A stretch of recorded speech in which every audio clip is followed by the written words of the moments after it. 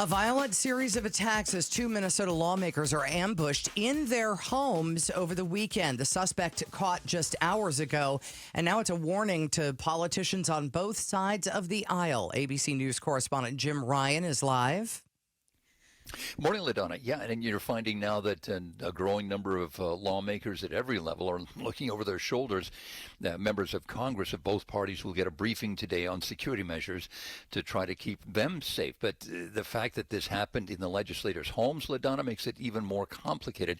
In neighboring North Dakota, just after these shootings happened, the legislative branch there, legislative officials, pulled the home addresses of state lawmakers there from their respective biography websites. Both of the lawmakers shot in Minneapolis, suburban Minneapolis on Saturday, had published their home addresses as a way to keep in touch with their constituents. We might not see that so much anymore.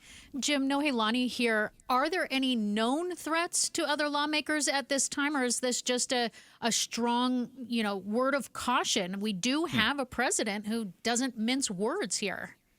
Well, yeah, that's true. And so, I mean, threats of violence are one thing and actual acts of violence are something else. But the Public Religion Research Institute, Nohelani, did a survey even last year before the election and found that 18% of Americans agree that, quote, because things have gotten so far off track, true American patriots may have to resort to violence in order to save our country.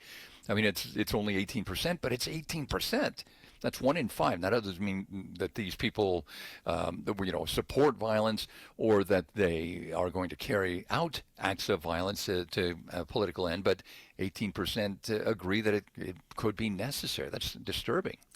What do we know about the man who's under arrest for these killings? He killed the Minnesota lawmaker and her husband, and then shot and wounded, gravely wounded. It was like 7 or 8 miles away. Yeah. So this guy was targeting people. Well, apparently so. You're right. It happened the other way around, actually.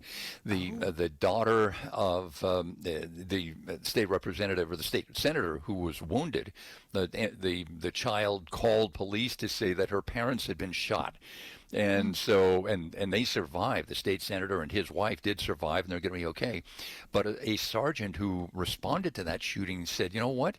There's a state representative, Melissa Hortman, who lives about 8 miles away. I think I better have somebody go check that out just to make sure that she's okay. He apparently had put that together in his mind that this might have been an act of political violence, and then said that he wanted people to go check out on Hortman.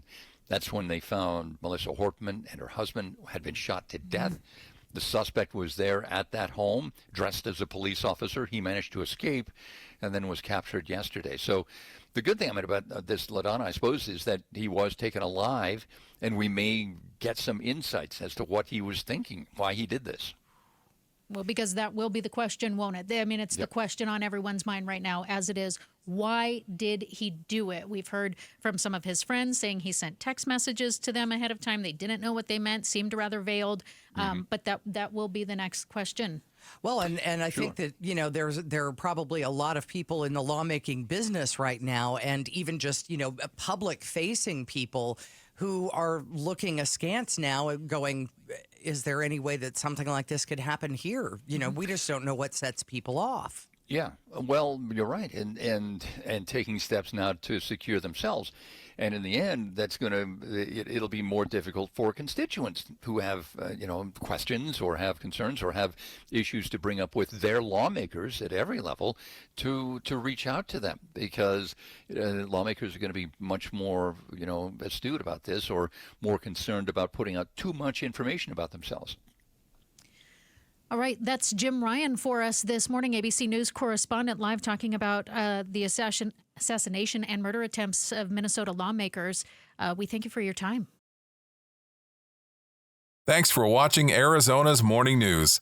Click to watch more from KTAR News and hit the button in the middle to subscribe.